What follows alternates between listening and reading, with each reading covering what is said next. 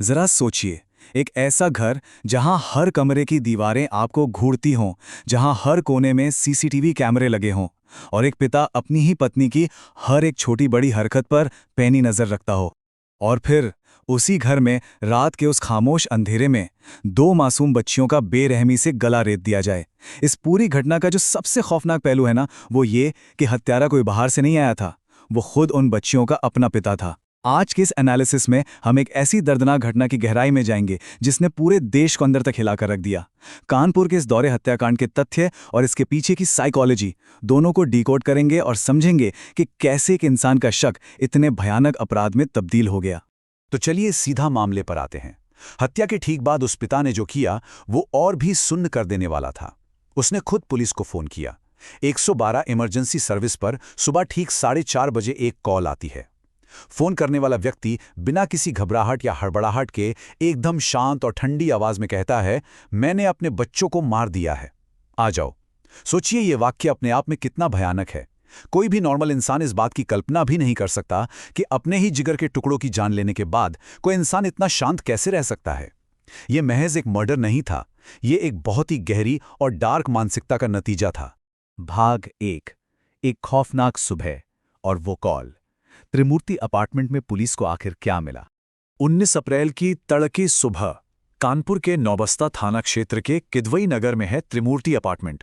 बाहर से देखने पर सब कुछ बिल्कुल नॉर्मल था। इमारतें शांत थीं, लोग सो रहे थे, लेकिन कंट्रोल रूम में आई उस कॉल के बाद जब पुलिस मौके पर पहुंची तो फ्लैट के अंदर का नज़ारा किसी हॉरर फिल्म से कम नहीं था।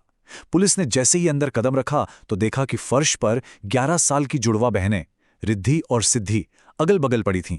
उनके गले कटे हुए थे और चारों तरफ खून ही खून था। ये वो बच्चियां थीं जिनकी तो अभी पूरी जिंदगी बाकी थी, और उनके ठीक पास जमीन पर चुपचाप बैठा था उनका अपना पिता शशि रंजन मिश्रा। उसी घर के एक दूसरे कमरे में शशि की पत्नी रेशमा और उनका 6 साल का बेटा भी मौजूद थे, जो खुशकिस्मती से उस खौफनाक रात में जिंदा बच गए। भाग 2। शक और सर्विलांस का एक कैद खाना। एक तथाकथित नॉर्मल परिवार की काली सच्चाई। अब यहां जो सबसे हैरान करने वाली बात है वो है ये नंबर 6। अब सवाल ये उठता है कि बाहर से बिल्कुल आम और हंसता खेलता दिखने वाला ये परिवार अंदर से कैसा था।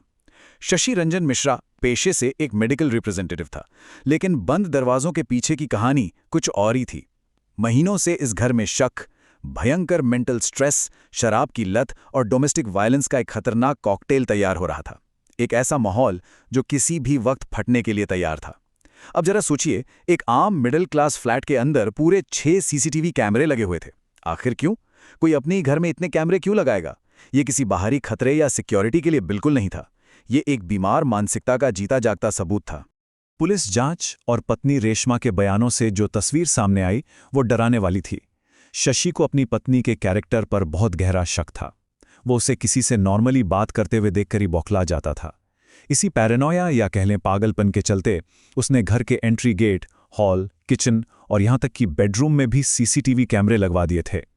ये कैमरे घर की हिफाजत के लिए नहीं थे, बल्कि अपनी ही पत्नी की हर एक छोटी बड़ी हरकत पर नजर रखने के लिए थे। वो घर अब घर नहीं रहा था, शक की बुनियाद पर खड़ा एक निगरानी का कैद खाना बन चुका था। भाग 3। 19 अप्रैल की वो खौफनाक रात। हत्याओं का सिलसिलेवार रिक्रिएशन। आइए अब जरा इस पूरी टाइमलाइन को ध्यान से समझते हैं कि उस रात असल में हुआ क्या था।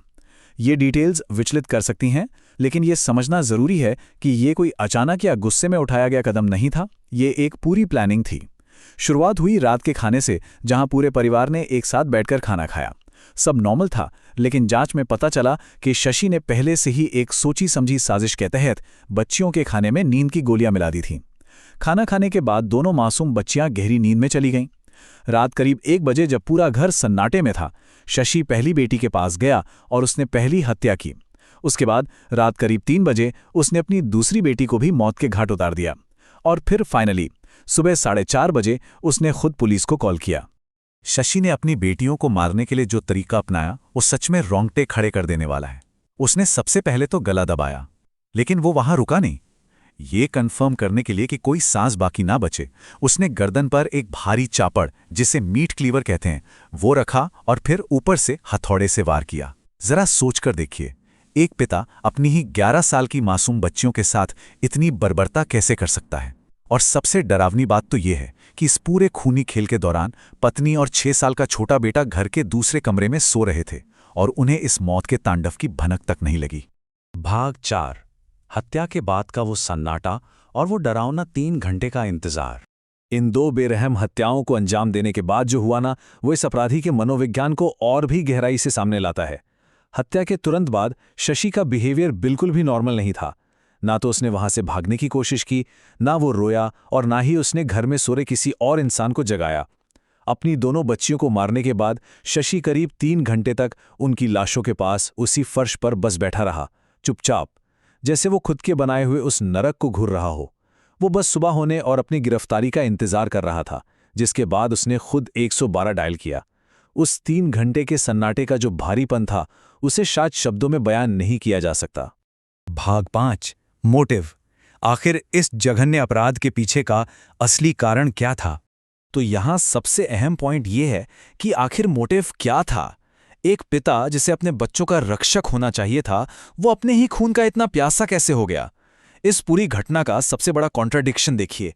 एक तरफ था शशि का हद से ज्यादा शक और उसका गुस्सा, जो पूरी तरह से 100% उसकी पत्नी की तरफ था। लेकिन दूसरी तरफ इस गुस्से और इस आपसी झगड़े की अंतिम जानलेवा कीमत किसने चुकाई? उन 2 11 साल की मासूम बेटियों ने, जिनका इस पूरे झगड़े और शक की इस दिमागी बीमारी से दूर दूर तक कोई वास्ता ही नहीं था। पुलिस की पूछताछ में कई बड़े खुलासे हुए। ये एकदम साफ था कि शशि को अपनी पत्नी के कैरेक्टर पर इतना गहरा शक था कि वो एक जुनून बन चुका था। उसे मेंटली अनस्टेबल भी बताया गया। लेकिन जो बात सबसे ज्यादा चौंकाने वाली थी, वो ये कि उसका ओरिजिनल प्लान सिर्फ हत्या करने का नहीं था। उसका असली प्लान था मर्डर सुसाइड, यानी पहले बच्चियों की हत्या करना और फिर खुद अपनी जान दे देना। लेकिन अपनी ही बेटियों को बेरहमी से कत्ल करने के बाद उसके अंदर खुद की जान लेने की हिम्मत ही नहीं बची। उसका हौसला टूट गया और वो जिंदा बच गया। एक इंसान जो शक के अंधेपन में इतना डूब गया कि उसे अपनी ही बच्चियों की मासूमियत नजर नहीं आई। उसने घर की दीवारों पर पत्नी पर नजर रखने के लिए 6 कैमरे तो लगवा दिए, लेकिन अपने खुद के दिमाग के भीतर पल रहे उस खौफनाक पागलपन को वो ना तो देख पाया और ना ही उसे रोक पाया। रिद्धि और सिद्धि आज इस दुनिया में नहीं है, लेकिन ये पूरी घटना जाते जाते हमारे समाज के लिए एक बहुत ही गहरा और बेचैन करने वाला सवाल छोड़ गई है।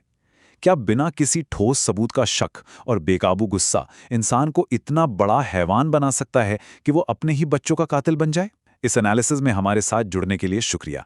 तथ्यों को समझते रहिए और गहराई से सोचना